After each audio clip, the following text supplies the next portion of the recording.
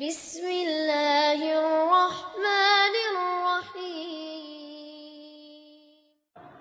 الحمد للہ رب العالمین والصلاة والسلام على رسوله الكریم اما بعد. عن ابی ذر الغفاری رضی اللہ عنہ اوصانی خلیلی بخصال من الخیر اوصانی بألا انظر الى من هو فوقی وان انظر الى من هو ادونی وأوصاني بحب المساكين والدنو منهم وأوصاني أن أصل رحمي وأن أدبرت وأوصاني ألا أخاف في الله لومة لائم وأوصاني أن أقول الحق وإن كان مرا وأوصاني أن أكثر من قولي لا حول ولا قوة إلا بالله فإنها كنز من كنوز الجنة. حضرت ابو ذر غفاری رضی اللہ تعالی عنہ سے مروی ہے، وہ کہتے ہیں کہ مجھے میرے خلیل نے یعنی نبی کریم صلی اللہ علیہ وسلم نے 7 باتوں کا حکم دیا. مجھے مسکینوں سے محبت کرنے اور ان سے قریب ہونے کا حکم دیا. مجھے حکم دیا کہ میں اپنے سے کم تر کی طرف دیکھوں اور خود سے برتر اعلیٰ کی طرف نہ دیکھوں. مجھے حکم دیا کہ رشتہ داروں سے جڑا رہوں اگرچہ کہ وہ رشتہ دار مجھ سے پیچھے ہٹے. مجھے حکم دیا کہ کسی بھی شخص سے کوئی چیز نہ مانگوں. مجھے حکم دیا کہ سچ کہوں اگرچہ کہ کڑوا ہی ہو. مجھے حکم دیا کہ اللہ کے بارے میں کسی ملامت کرنے والے کی ملامت سے نہ ڈروں. اور مجھے حکم دیا کہ میں لا حول ولا قوت الا باللہ کثرت سے پڑھوں کیونکہ یہ کلمات عرش کے نیچے کے خزانے میں سے ہیں. اور ایک روایت میں ہے کہ لا حول ولا قوت الا باللہ یہ جنت کے خزانوں میں سے ایک خزانہ ہے. اس حدیث کو امام احمد رحمہ اللہ نے اپنی مسند میں روایت کیا ہے اور امام البانی رحمہ اللہ نے اس حدیث کو صحیح قرار دیا ہے. ابو ذر غفاری رضی اللہ تعالی عنہ نے اپنی وصیت کے بارے میں بتلایا کہ نبی کریم صلی اللہ علیہ وسلم نے یعنی میرے خلیل نے مجھے وصیت کی یا ان باتوں کا حکم دیا ہے، جن میں سے سب سے پہلی چیز کہ مسکینوں کے ساتھ محبت کرنا اور ان سے قریب ہونا.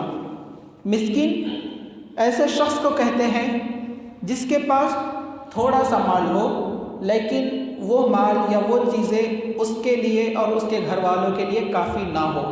اور بعض اہل علم کہتے ہیں کہ مسکین وہ ہے جس کے پاس ایک وقت کا کھانا موجود ہو. بالمقابل فقیر وہ ہے جس کے پاس کچھ بھی نہ ہو. تو اللہ کے نبی صلی اللہ علیہ وسلم نے اس حدیث میں مسکینوں کے ساتھ محبت کرنے، ان سے قریب ہونے کا حکم دیا یعنی کہ ان کے ساتھ احسان کرنے کا حکم دیا اور انہیں ان کا حق ادا کرنے کا حکم دیا. جیسا کہ اللہ تبارک و تعالیٰ نے قرآن مجید میں ارشاد فرمایا وَآتِ ذَا الْقُرْبَى حَقَّهُ وَالْمِسْكِينَ وَابْنَ السَّبِيلِ کہ تم رشتہ داروں کو ان کا حق دو، مسکینوں کو ان کا حق دو اور راستے سے چلتے مسافروں کا حق دو.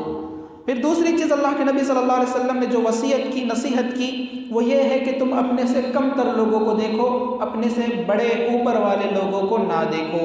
کیونکہ اگر انسان اپنے سے بڑے لوگوں کو دیکھے گا، ان لوگوں کو دیکھے گا جن کا گھر ہمارے گھروں سے بڑا ہو، جن کے پاس گاڑیاں ہمارے گاڑیوں سے بڑی ہو، یا جن کے پاس بہت زیادہ آسائش کے آرام کے ساز و سامان ہے، تو ایسی حالت میں انسان اللہ کی ناشکری کر بیٹھے گا اور ایسی حالت میں انسان اللہ کی رحمت سے مایوس ہو جائے گا.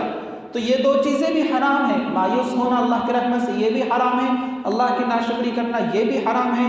تو ہمیں چاہیے کہ ہم اپنے کم سے کم تر کو دیکھیں، اپنے سے حقیر کو دیکھیں.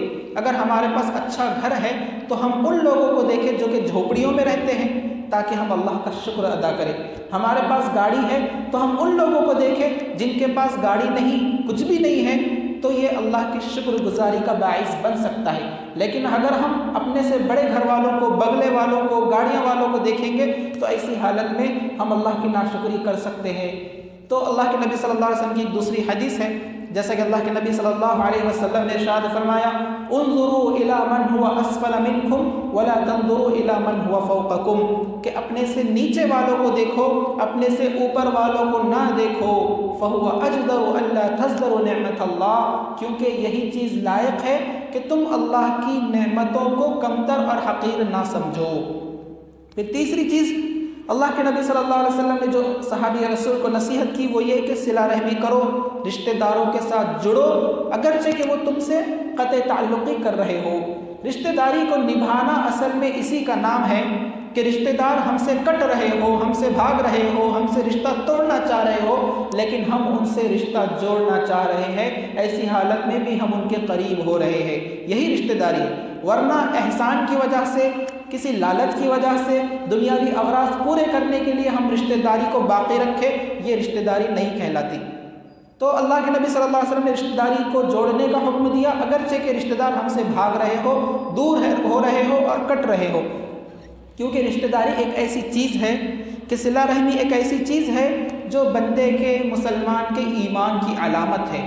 اللہ کے نبی صلی اللہ علیہ وسلم نے ارشاد فرمایا، راوی حدیث حضرت ابو ہریرہ رضی اللہ تعالی عنہ ہے کہ من کان یؤمن باللہ والیوم الآخر فلیصل رحمہ، جو اللہ پر اور آخرت کے دن پر ایمان رکھتا ہے تو اسے چاہیے کہ وہ رشتہ داری جوڑے، صلہ رحمی کرے، رشتہ داروں سے قطع تعلق نہ کرے۔ تو یہ کس کی نشانی اللہ کے نبی صلی اللہ علیہ وسلم نے بتلائی؟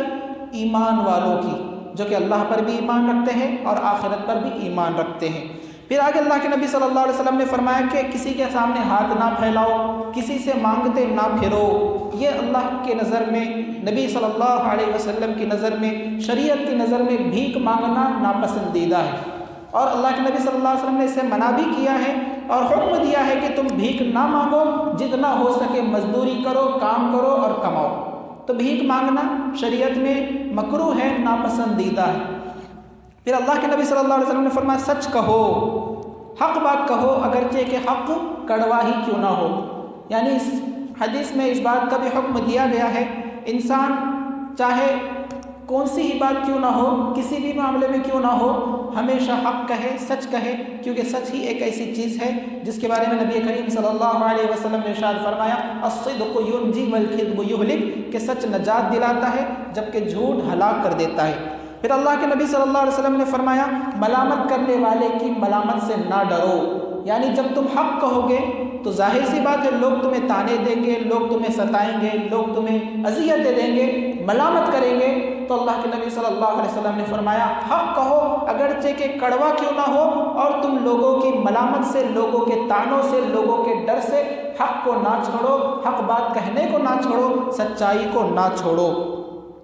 اور اسی طرح پھر اللہ کے نبی صلی اللہ علیہ وسلم نے فرمایا کہ ایک کلمہ لا حول ولا قوت الا باللہ، یہ کثرت سے پڑھا کرو، لا حول ولا قوت الا باللہ، کثرت سے پڑھا کرو، کیونکہ یہ جنت کے خزانوں میں سے ایک خزانہ ہے۔